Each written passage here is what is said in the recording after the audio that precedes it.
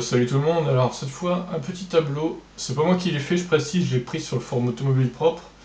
C'est l'un des membres, Chris il s'appelle, qui l'a fait, qui a donc retranscrit toutes les infos de principales voitures électriques qui arriveront, qui sont déjà sur le marché et qui arriveront en 2018, comme le Hyundai Kona et tout, Jaguar I-Pace.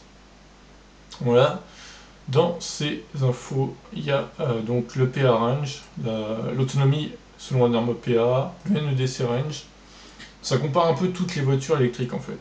La capacité des batteries, la capacité utilisable des batteries, ça c'est important. La profondeur de décharge concernant les batteries, selon par rapport à la capacité totale et utilisable. La consommation EPA aux 100 km des voitures, le poids des voitures, la puissance en kilowatts et en chevaux, donc le couple, le SCX, le coefficient de traînée, du coup. Voilà. Plein d'infos donc. Donc voilà, on peut par exemple regarder les Hyundai Kona qui vont être commercialisés très bientôt. Apparemment, il y aura 67 kW de batterie pour 64 utilisables. D'ailleurs, je vois qu'il a mis des infos. Ah putain, il a mis les sources et tout. C'est bien fait son tableau. Bravo, franchement, respect. Donc voilà, 39,2 pour le 40. C'est pas mal, c'est pas mal. Il a même rajouté les ions et tout, j'ai vu.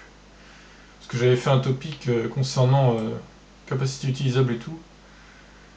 Donc pour l'ion 16, donc 16.2 de capacité dans la voiture et 14,7 d'utilisable, apparemment.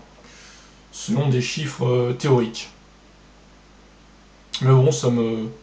Ouais, c'est le lien que j'ai fait, ça, c'est le topic que j'ai fait. Après, ça me semble être des chiffres cohérents par rapport à ce que j'ai pu voir, moi. Plus, par contre, ça serait pas possible, parce que là. Donc, les nouvelles Lyon, apparemment, ça aurait 13,5 dans la batterie, donc. Ça me paraît pas mal. Ça me paraît cohérent, d'après ce que j'ai pu voir aussi. Consommer un peu moins, ouais. Bon. Ouais, voilà, après les vieilles Zoé et tout. Tesla Model S, si ça peut vous intéresser aussi. Capacité utilisable. Par exemple, la 85, elle a 77,5 de capacité utilisable, alors qu'elle a que 82 finalement dans la batterie. C'est un petit peu de l'arnaque, faut pas se mentir. 90D, pareil, c'est que 86, alors que c'est marqué 90D. Mais bon. Ouais, il y a quand même 8 kW en moins, quoi. Par contre, la 100 là, pas de souci, il y a 102 kW dans la voiture et 98 utilisables. C'est vraiment le meilleur ratio en fait, finalement, cette voiture.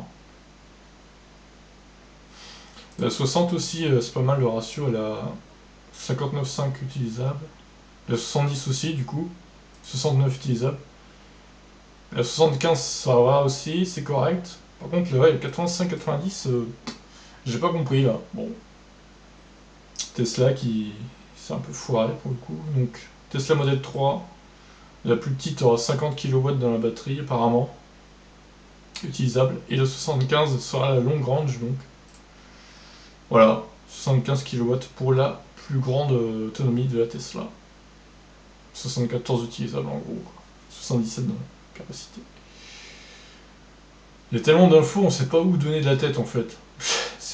On n'aura pas le poids du Kona, je crois. Mais bon, il serait autour d'une tonne 6, je pense. Il y a même la Mercedes aussi. Avec le Range Plus, c'est 33,5 dans la batterie. Alors qu'il y a une capa de 36 hein, quand même. Allez non. Il Voilà, après vous pouvez regarder ça vous-même. Il y a les coefficients de. C'est très intéressant, franchement. Il s'est fait chier à le faire. Je sais pas s'il l'a fait tout seul parce que c'est un tableau qu'il a laissé en téléchargement. Peut-être que certains ont ajouté des trucs, mais. Ah non, y a que lui qui l'a fait visiblement. Je regarde. C'est beau. C'est pas mal. Il a fait un bon boulot, franchement. Puis c'est pas tout parce qu'il y a les trucs des batteries après. toutes les infos des batteries, pareil, constructeur et tout. On a même la capacité, les poids des batteries pour chaque véhicule. Non, franchement, beau boulot, Chris. Faut reconnaître que là, il a géré. La technologie utilisée, donc le voltage. Voilà. L'énergie en watts par kilogramme, même. Donc la meilleure densité, ça serait à Nissan Leaf. Ah non, attendez.